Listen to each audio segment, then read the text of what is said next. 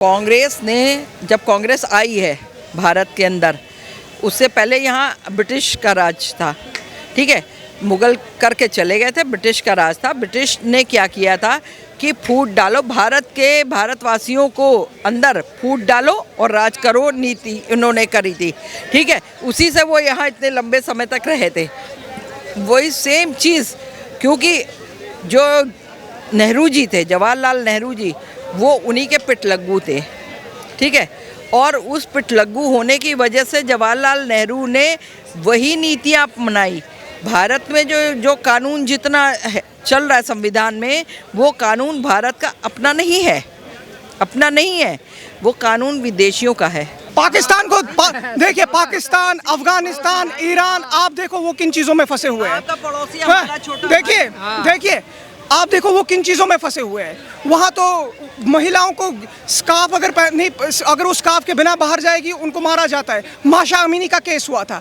आप देखिए उन कंट्रीज़ को कौन सपोर्ट करेगा। तो वो जो मुल्क है, वो जो धर्म के बेस पे बने हैं, आज देखिए वो कहाँ पे IMF से भीख मांग रहे हैं। हमारा तो चंद्रयान मिशन सक्सेसफुल हो गया कल, लेकिन उनको देखिए वो भीख मांग रहे हैं IMF से। तरीके से कुछ दिनों पहले गुजरात हाईकोर्ट ने जो है राहुल गांधी जी की सदस्यता रद्द कर दी थी और कहा था 6 साल तक राहुल गांधी इलेक्शन नहीं लड़ पाएंगे। राहुल गांधी जी इस मामले को जो है सुप्रीम कोर्ट तक लेकर गए हैं। उनका ऐसा कहना है कि ये जो फैसला सुनाया गया गलत है, वो आगे सुनवाई करवाएंगे। नहीं, ठीक है, अगर उनके हिसाब से ये कहा गया है कि राहुल गांधी जी के हिसाब से कि फैसला गलत है आगे, तो ठीक आगे जाना चाहिए। हम ये नहीं कहते कि नहीं जाना चाहिए। अभी सुप्रीम कोर्ट बाकी है, सुप्रीम कोर्ट में जाइए, सिंगल बेंच है, डबल बेंच है, उनमें जाइए। और ये नहीं, आपने क्या किया है आपको खुद पता है, आपने किस हिसाब से जो है वो किया। जो आपको जो है गुजरात हाई कोर्ट ने आपको बताया कि आप 6 साल इलेक्शन नहीं लड़ सकते हैं। नहीं लड़ सकते का मतलब यही है कि नहीं लड़ सकते, और सुप्रीम कोर्ट से भी उनको यही ही जवाब मिलेगा कि जो है आप इलेक्शन नहीं लड़ सकते, इतने ड्यूरिंग पीरियड तक नहीं लड़ सकते हैं। उसके बाद अगर आप अपने में सुधार कर लेते हैं सब है, तो हो सकता है आप इलेक्शन के लिए आगे इनवाइटी हो जाएं। और अगर आप नहीं अपने सुधार करते हैं तो कोई क्वेश्चन नहीं उठता है कि आप इनवाइटी रहें और आप कांग्रेस की तरफ से खड़े होकर इलेक्शन लड़ें। अच्छा, राहुल गांधी जो थे, जब मामला जब शुरू हुआ था तो उस टाइम पर वो माफ़ी मांग सकते, लेकिन उन्होंने ऐसा माफ़ी मांगना सही नहीं समझा। कोर्ट तक बात ले गए, उसके बावजूद कह रहे हैं कि फैसले भी सही नहीं आ रहे इस तरीके से।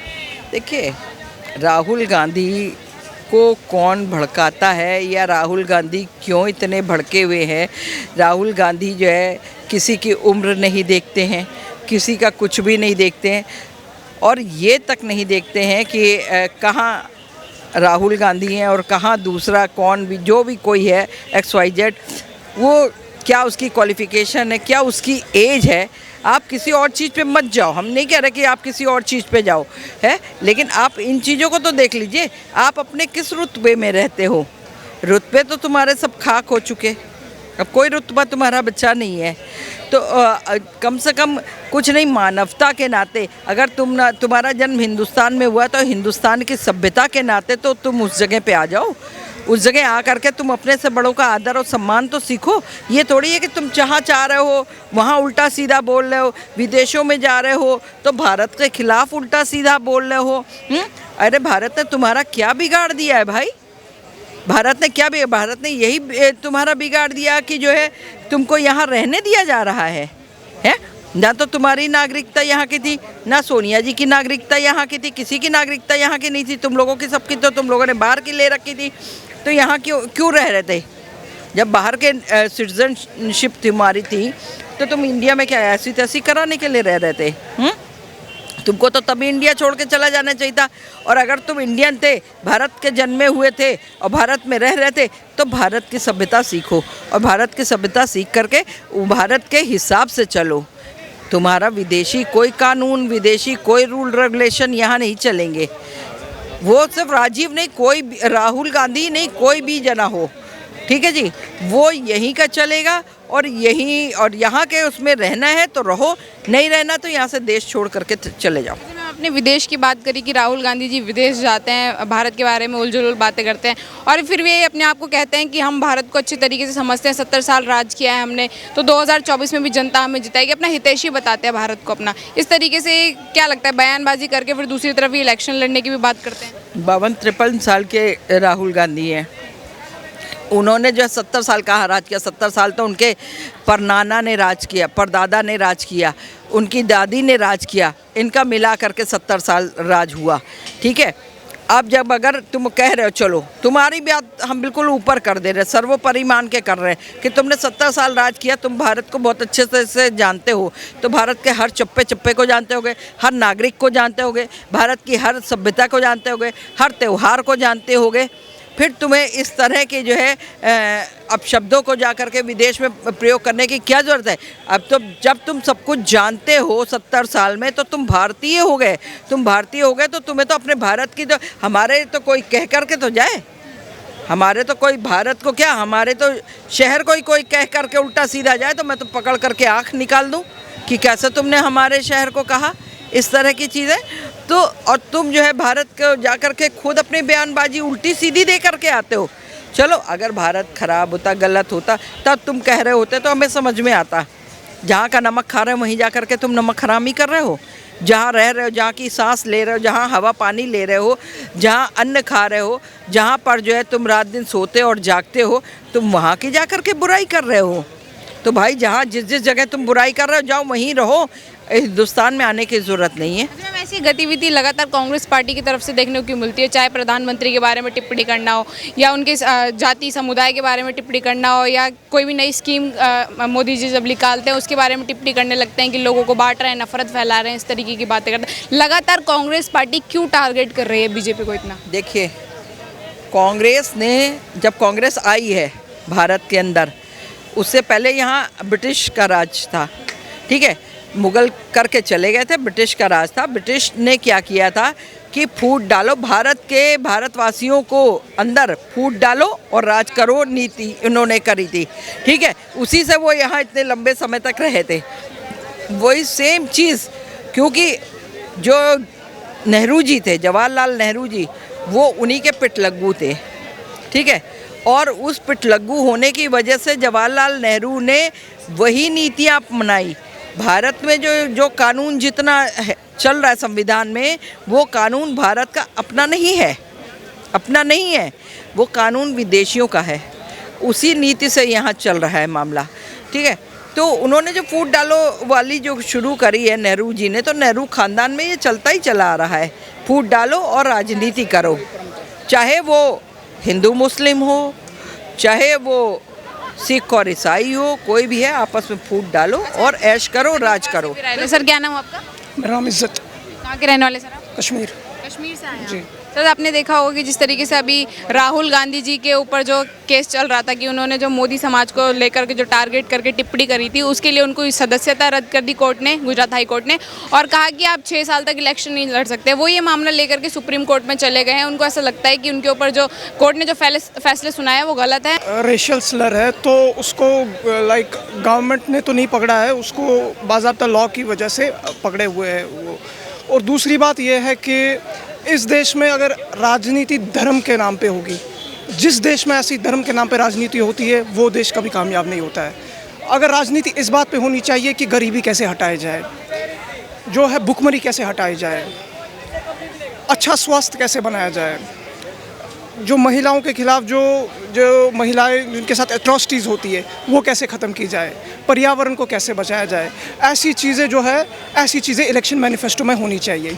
ना कि ये कि हम मंदिर बना रहे हैं, हम मस्जिद बना रहे हैं, इससे क्या होगा, इससे कौन सी प्रोग्रेस होगी। ठीक है, लोगों के सेंटिमेंट्स इसके साथ जुड़े हुए हैं, लेकिन इंफ्रास्ट्रक्चर डेवलपमेंट इंपॉर्टेंट चीज़ है। देखिए, अगर करंट बीजेपी गवर्नमेंट को जहाँ पे क्रेडिट मिलना चाहिए वहाँ क्रेडिट ड्यू है, वहाँ क्रेडिट ड्यू है, वहाँ क्रेडिट ड्यू है। कर दीजिए, सारे मस्जिद हटाई जाएंगे और सभी मुस्लिम मस्जिद में ना जाएं। आह्वान कर दीजिए। देखिए, बात ये है कि पहले सुनिए मेरी शुरुआत कर दीजिए ना। बात सुनिए मेरी। अरे शुरुआत कर दीजिए। बात सुनिए मेरी। बात अभी आपने कहा मस्जिद बात सुनिए। हाँ, लाइन कह के अपनी बात कहते रहिए। ये अपनी लाइन कहकर कहते रहे कि धर्म के आधार पर राजनीति नहीं होनी चाहिए। सबसे पहले मुस्लिमों को मस्जिद पर ताले लगा देने चाहिए। मस्जिद बंद कर देनी चाहिए, घर में नमाज पढ़ें। और फिर हिंदू भी आपको मैं कह रहा हूँ यकीन के साथ, अगर मुस्लिम कौम ये दावे के साथ कहेगी कि हम अपने अपने मस्जिदों को बंद कर रहे हैं और मस्जिद में कोई युवक नहीं जाएगा, सड़क पर नमाज नहीं पढ़ेंगे, मैं दावे के साथ कह रहा हूँ। सवाल करती हूँ, मैं आपसे सवाल करती हूँ, आपने ऐसे बोला कि मंदिर प्रकार की जातियाँ रह रही हैं वहाँ धर्म होगा और रहेगा। कि आपने ऐसा क्यों कहा कि अगर मंदिर मस्जिद जो है इससे प्रोग्रेस नहीं होगी? आपको ऐसा क्यों लगता है कि मंदिर मस्जिद देश की जीडीपी या कहीं ना कहीं बिल्कुल भी हाथ नहीं बटा रहे हैं? देखिए बात ये है कि ये धर्म, इसमें रिलीजन जो इस कंट्री में है डीपली रूटेड है, लेकिन इस बात पर राजनीति नहीं होनी चाहिए। जो जिस धर्म को फॉलो करना चाहिए उसको आज़ादी होनी चाहिए, लेकिन किसी भी धर्म का व्यक्ति किसी दूसरे धर्म के व्यक्ति में इंटरफेरेंस नहीं करना चाहिए। कहाँ कर रहा है इंटरफेयर? कहाँ कर रहा है? मैं बोल रहा हूँ कोई भी, चाहे क्रिश्चियन हो, चाहे ज्यू हो, चाहे कोई भी, बात सिर्फ प्रोग्रेस की होनी चाहिए, सिर्फ डेवलपमेंट का भेदभाव, इस तरह का भेदभाव आपने कहाँ पर देखा है? आप बताइए।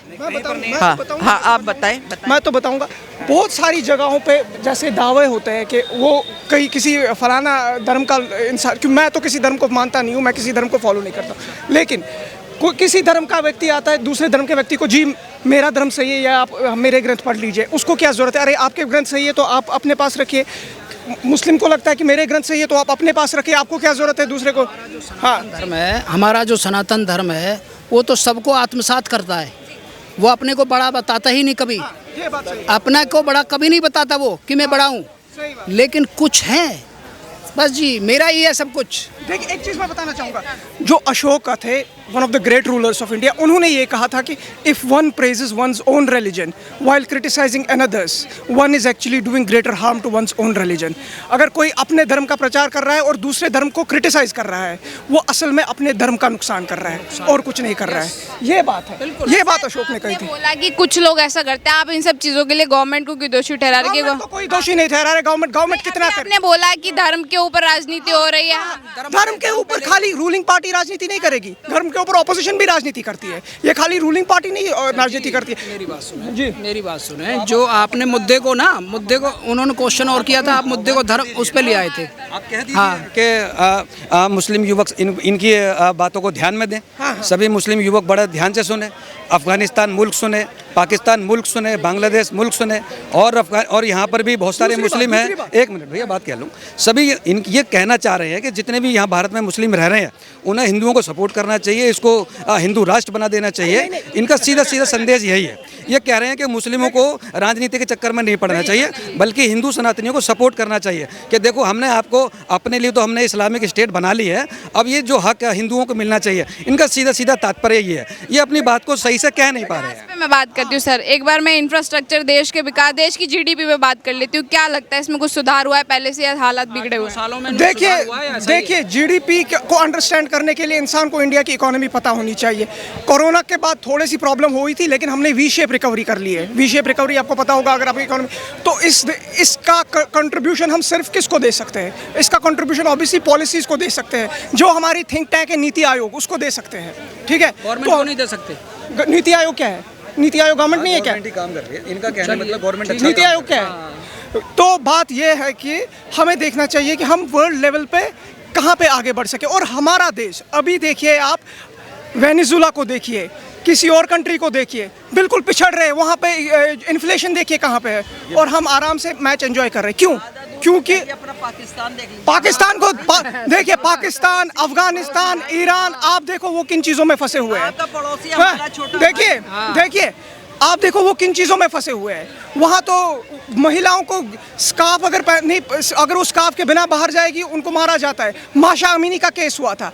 आप देखिए उन कंट्रीज़ को कौन सपोर्ट करेगा? तो वो जो मुल्क है, वो जो धर्म के बेस पे बने हैं, आज देखिए वो कहाँ पे है। IMF से भीख मांग रहे हैं। हमारा तो चंद्रयान मिशन सक्सेसफुल हो गया कल, लेकिन उनको देखिए वो भीख मांग रहे हैं IMF से। ये चीज़ है, ये चीज़ होती है अगर वो धर्म की राजनीति। चीज़ें ठीक तरीके से वर्क कर तो रही है, आप क्यों बोल रहे हैं कि धर्म पे राजनीति हो रही है? कहाँ आपने ऐसा फील किया? आप क्यों बोल रहे हैं ऐसा? जब चीज़ें ठीक तरीके से वर्क कर रही है तो नॉर्मल चीज़ें चल रही है। सही बात है। मैंने बोला कि खाली रूलिंग पार्टी नहीं करती है, कोई भी जहाँ क्रेडिट, अरे आप मेरी बात सुनिए, जहाँ क्रेडिट ड्यू है वहाँ देना चाहिए। जैसे अभी डिजिटल लिटरेसी है, कितनी बढ़ गई। बहुत सारों ने क्रिटिसाइज़ किया था कि यार ये UPI सिस्टम काम नहीं करेगा, लेकिन आज देखिए कैसे काम कर रहा है। क्यों? क्योंकि देखो तब भी ऑपोजिशन ने क्रिटिसिज्म किया था, लेकिन आज वही ऑपोजिशन चुपचाप बैठ के उनको पता है कि हमारा यहाँ पे नहीं चलने वाला है। किसको क्रेडिट देंगे फिर आप? क्रेडिट देना गवर्नमेंट को, जहाँ क्रेडिट देना है वहाँ क्रेडिट ड्यू है।